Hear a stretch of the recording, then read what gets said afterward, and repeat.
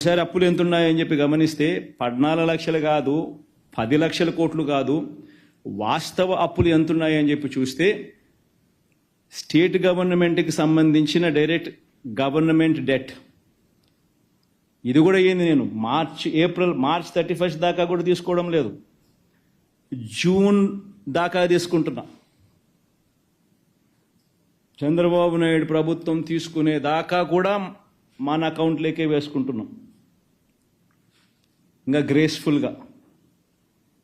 So అందాక తీసుకుంటే కూడా చూసుకుంటే గవర్నమెంట్ డెట్ 5,18,000 కోట్ల రూపాయలు.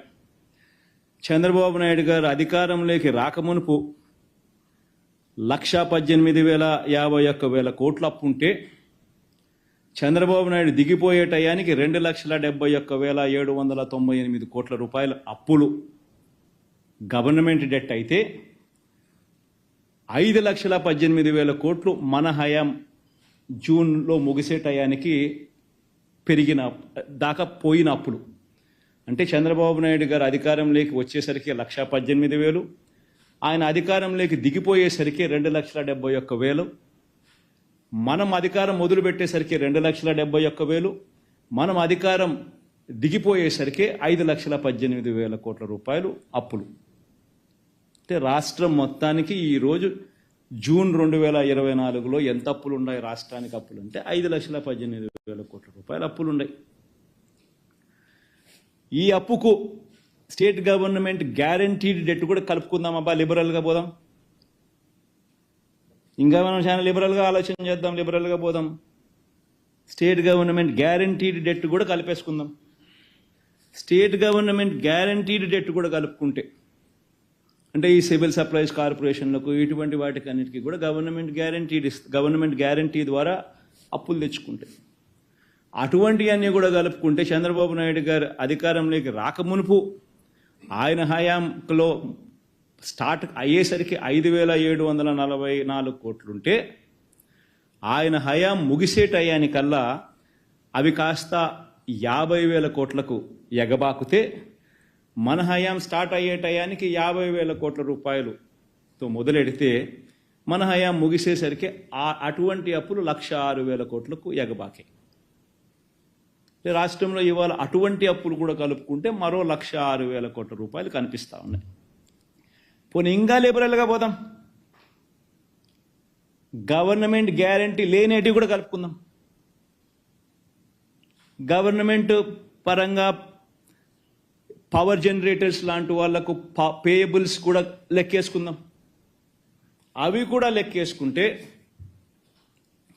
Debt in the books of power sector corporations Chandrababu Naidu garu అధికారంలోకి రాకమునుపు 26,000 కోట్ల రూపాయలు ఉంటే ఆయన అధికారం ముగిసేసరికి ఆ పబ్లిక్ సెక్టర్ అండర్టేకింగ్స్లో ఆ కార్పొరేషన్స్ పవర్ సెక్టర్ కార్పొరేషన్స్లో 64,674 కోట్ల రూపాయలకు అప్పులు ఎగబాకే.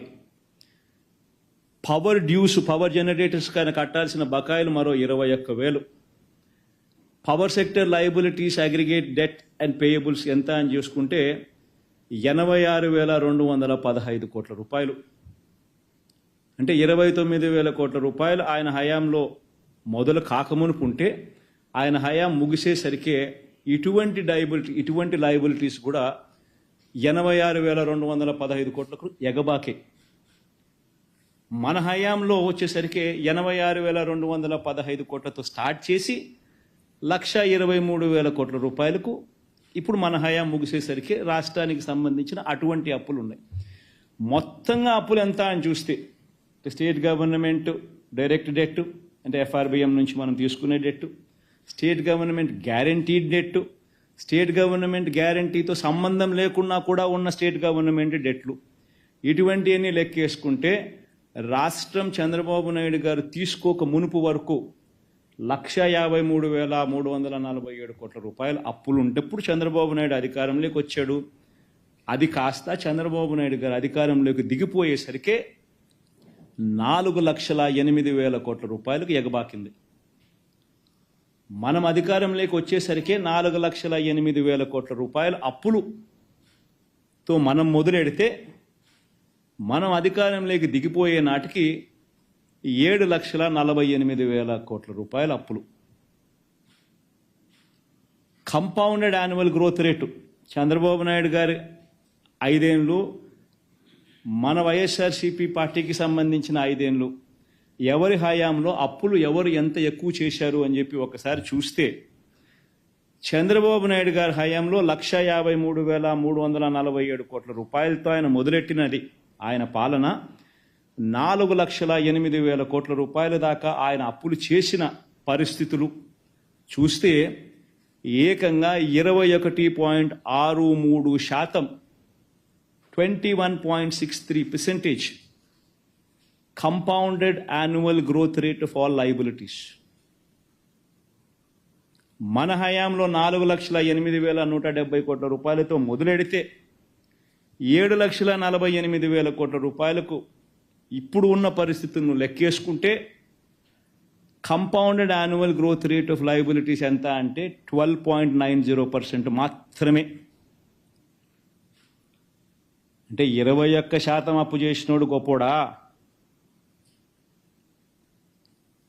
రాష్ట్రాన్ని దాన్ని ఏమన్నాడు, ఏం పదం వాడినాడైనా, రాష్ట్రాన్ని ఆర్థిక ధ్వంసం 21.63% compounded annual growth rate of debt చేసినవాడు ఆర్థిక ధ్వంసం చేసినవాడా? మనము కేవలం 12.9%, అన్నీ కలిపినా కూడా, అన్ని రకాల డెట్స్ కలిపిన మనం ఆర్థికంగా ధ్వంసం చేసిన వాళ్ళమా? అందరూ కూడా ఈ పాయింట్ గమనించాల్సిన అవసరం ఉంది. మరి ఎక్కడ 14 లక్షల కోట్లను అబద్ధాలు చెప్పడం ధర్మమేనా? గవర్నర్ ప్రసంగంలో 10 లక్షల కోట్లు అని చెప్పించడం ధర్మమేనా? ఉన్నవి అన్ని రకాల అప్పులు కూడా లెక్కేసుకున్నా కూడా, including payables to power generators, అటువంటివి కూడా కలుపుకున్నా కూడా కేవలం 7,48,000 మాత్రమే ఉండడం వాస్తవమైతే ఈ మాదిరిగా తప్పుడు లెక్కలు చెప్పడం ధర్మమేనా? ఇన్ఫ్యాక్ట్ రాష్ట్రానికి సంబంధించిన ఆర్థిక వ్యవహారాలకు సంబంధించిన విషయాల మీద కేంద్ర ప్రభుత్వం రిలీజ్ చేసిన ఎకనామిక్ సర్వే ఆంధ్ర రాష్ట్రానికి సంబంధించిన పారాగ్రాఫ్ ఒకసారి చూస్తే ఆంధ్ర రాష్ట్రాన్ని పొగుడుతూ వాళ్ళు రాసిన మాటలు చూడండి ఒకసారి.